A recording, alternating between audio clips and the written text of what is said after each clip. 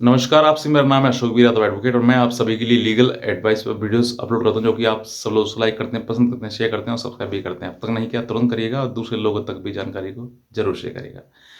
देखिए, सेक्शन 498 ए एक ऐसा अपराध जो आपके लिए यूजुअली मिल जाएगा। हर घर परिवार में कहीं न कहीं मनमुटाव, लड़ाई झगड़े होते ही हैं।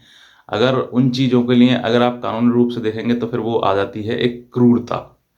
अब क्रूरता मतलब सेक्शन 498 ए की बात करें, यानी कि दहेज का मामला जो है, अगर उससे संबंधित जो बातें हैं, उसकी बात करें तो 498 ए जो है आईपीसी की धारा जो है वो ये बताती है कि आपने क्रूरता करी है अपनी पत्नी के साथ। अब किस-किस ने करी है? पति ने या पति के रिश्तेदारों ने, उनसे उनके सगे संबंधियों ने। ये सेक्शन 498 ए कहता है। अब यहीं पर एक सवाल उत्पन्न होता है कि 498 ए में कानून पत्नी महिलाओं के लिए ये कानून बना दिया कि अगर उनके साथ में क्रूरता होती है तो वो एफआईआर दर्ज करा सकती है। यहीं एक सवाल उत्पन्न होता है कि क्या पत्नी के साथ ही क्रूरता हो सकती है? पति के साथ कभी क्रूरता नहीं होती है। लेकिन ऐसा कानून में कहीं प्रोविज़न नहीं दिया गया है कि महिला के साथ, पत्नी के साथ में क्रूरता होती है तो 498 दहेज मुकदमा लिखाया जा सकता है। लेकिन अगर पति के साथ होती है तो कोई उसके लिए कानून का प्रावधान नहीं है। तो कहीं न कहीं ये कानून में एक समानता जो वो बात करते हैं, जो कॉन्स्टिट्यूशन में राइट टू इक्वालिटी का जो बात कही गई है, वैसा है कहीं है नहीं। क्योंकि जहाँ पर राइट टू इक्वालिटी की बात आती है, वहाँ पर ऐसा है ही नहीं कि पुरुषों के लिए कोई कानून बनाया गया हो कि अगर उसके साथ में क्रूरता होती हो, तो उसके ऊपर उसको कोई प्रोविज़न, कोई सेक्शन ऐसा दिया गया हो कि वो अपनी एफआईआर लिखा सके। बहरहाल बात करते हैं सेक्शन 498 ए अगर पत्नी करती है आपके ऊपर, तो क्या-क्या नुकसान हो सकता है? क्योंकि आप बिना नुकसान देखे उसके उसके जो कॉन्सिक्वेंसेज़ है, अगर उनको बिना देखे हुए, उनके नुकसान और फ़ायदे देखे हुए अगर आप एफआईआर दर्ज कराएँगे, तो हो सकता है कि भविष्य में आपको ये सारे नुकसान झेलने पड़ें और फिर जीवन एक ऐसे मोड़ पे पहुँच जाए, जहाँ पर वापस आना बहुत ही ज़्यादा कठिन और मुश्किल हो जाए। बहरहाल बात करते हैं कि क्या-क्या आपके आपके लिए नुकसान होंगे। सबसे पहले अगर आप एफआईआर दर्ज कराते हैं, देखिए पति-पत्नी का झगड़ा अगर चार दीवारियों के भीतर में अगर ख़त्म हो जाए तो उससे बढ़िया कोई बात नहीं है। लेकिन अगर बात थाने तक जाती है तो वहाँ पर एफआईआर अंडर सेक्शन 498 ए दर्ज की जाती है। अब उसमें 323, 5006, 3/4 डीबी एक्ट भी लगाया जाता है। अब अगर आपने ये एफआईआर दर्ज करा दी अपने पति या पति के परिवार के ऊपर, तो आपको तो बहुत अच्छा लगेगा, भई मेरी बात सुन ली गई और मुझे न्याय मिल गया। लेकिन मैं कहता हूँ उस न्याय के पीछे आपको आपके साथ अन्याय भी हो गया। अब वो अन्याय कैसे हो गया? आपको ये लगा कि मैं थाने गई, थाने में सीधे जाते थे एफआईआर दर्ज हो गई। लेकिन उसके पीछे आप देखिए कि आपने कितने लोगों को छोड़ दिया, कितने लोगों को अपने जीवन से हटा दिया। क्योंकि जहाँ पर मुकदमा हो जाता है, मुकदमे का मतलब सीधी-सीधी बात है दुश्मनी। वहाँ पर फिर रिश्ता रहा ही नहीं। अब ये रिश्ते, और अगर रिश्ता बनता भी है तो वो रिश्ता ऐसा हो जाएगा कि जैसे कि कॉम्प्रोमाइज़ के आधार पर चल रहे हैं। मतलब उस रिश्ते में जान रहेगी ही नहीं। अब उस रिश्ते में सेक्शन 498 आपने कर दिया, तो आपने सबसे पहली बात आपकी दुश्मनी बन गई। जो रिश्ता प्यार-मोहब्बत का था, जो रिश्ता एक जीवन भर का था, उस रिश्ते में खटास आ गई कहीं न कहीं। और उस खटास की जो दूरी है वो इतनी हो गई कि अब हो सकता है कि आपका जीवन में दोबारा मिलना संभव हो या फिर ना भी हो। तो पहला नुकसान आपका ये हो गया कि आप एक-दूसरे के दुश्मनी हो गए। अब तक जो है आप थे पति-पत्नी, अब एक विक्टिम हो गया, एक एक्यूज़्ड हो गया। यानी कि एक तो वादी हो गया और दूसरा प्रतिवादी हो गया। तो आपका रिश्ता बदल गया।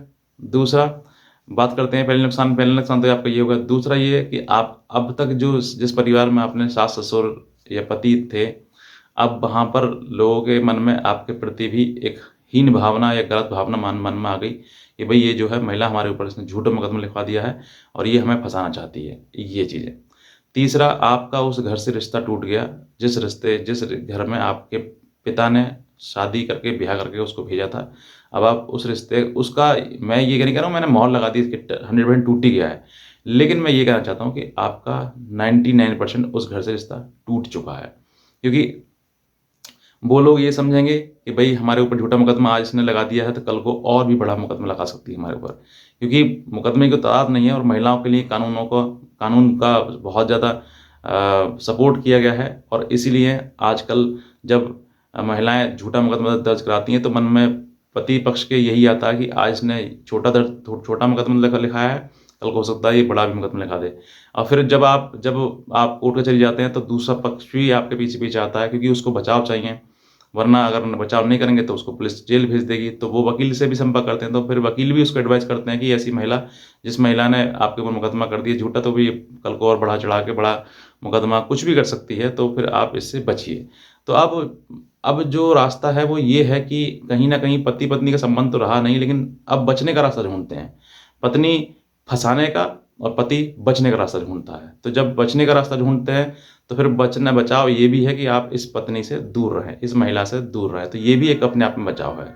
तो यहाँ पर इस तरह की चीज़ें जो हैं, वो कई चीज़ें आती हैं और रिश्ता आपका फिर छिन्न-भिन्न हो जाता है। आप काफ़ी कोशिश करती हैं, फिर हर महिला फिर ये कहती है कि सर मुझे तो मेरा पति मुझे रख नहीं रहा है। तो जिस महिला ने अपने पैरों में खुद कुल्हाड़ी मार ली हो, फिर उसको किस तरीके से संबंध बनाए जाएँगे? अब इस तरीके की चीज़ें जब सामने आती हैं, तो हर महिला ये कहती है अब मेरे तो मुकदमा मजबूरी हो गई। आपकी मजबूरी हो गई, लेकिन आपने ये नहीं सोचा कि मेरे हाथ में जो हथियार है, अगर मैं उसका वार दूसरे पे करूँगी, तो वो वापस मेरे पास ही आएगा। क्योंकि कहीं न कहीं आप जिस घर परिवार में शादी हो गई है, अगर उसको तोड़ेंगे, तो ये नुकसान आपको ही भुगतना पड़ेगा। और अंततः ये होता है कि या तो मामला तलाक तक पहुँच जाता है, क्योंकि एक केस से पेट भरता नहीं है पत्नी का। फिर पत्नी एक के बाद 2, 2 के बाद 3, 4 फिर लगातार मुकदमे करती चली जाती है। और पति फिर बचाव का रास्ता ढूँढते चला जाता है। बचाव में फिर तलाक तक बात आती है, तो फिर पति जो है तलाक डाल देता है, तलाक का केस डाल देता है। तो ये क्या हुआ, मतलब ओवरऑल अगर बात करें रिज़ल्ट की, तो रिज़ल्ट यही आता है कि इस रिश्ते में कोई जान रहती नहीं है फिर उसके बाद, और फिर रिश्ता वो टूटने के कगार पर ही आ जाता है। और तलाक का अगर मुकदमा पति या पत्नी ने डाल दिया है, तो वो ये सोचिए कि अब जो है वो मन से जो रिश्ता था वो ख़त्म हो गया है। बस सर पे सिर्फ़ कागज़ में रह गया, वो कागज़ पे भी आज ना तो कल टूट ही जाएगा। तो बस यही चीज़ें हैं, क्योंकि अगर आप ये दहेज मुकदमा लगाते हैं, तो बहुत सारे नुकसान आपको झेलने पड़ेंगे और ज़िंदगी बर्बादी की ओर तो जाना ही जाना है। और जो आपका इतना इम्पोर्टेंट समय है, वो समय तो निकलना ही निकलना है। तो कोई गलती आपसे ना हो जाए या कोई गलती पति पक्ष से ना हो जाए, इस गलती को सुधारें और जीवन को अपने एक नई दिशा की ओर लेके चलें और कोई भी गलती दूसरे से ना करें। बहरहाल, अगर आपको ये वीडियो अच्छा लगा है, तुरंत सब्सक्राइब करें, दूसरे लोगों तक भी जानकारी ज़रूर शेयर करें और कोई भी लीगल एडवाइस अगर हमारी आप चाहते हैं, तो आप हमारे दिए हुए नंबर पर हमें संपर्क कर सकते हैं। आज का वीडियो देखने आपसे बहुत धन्यवाद।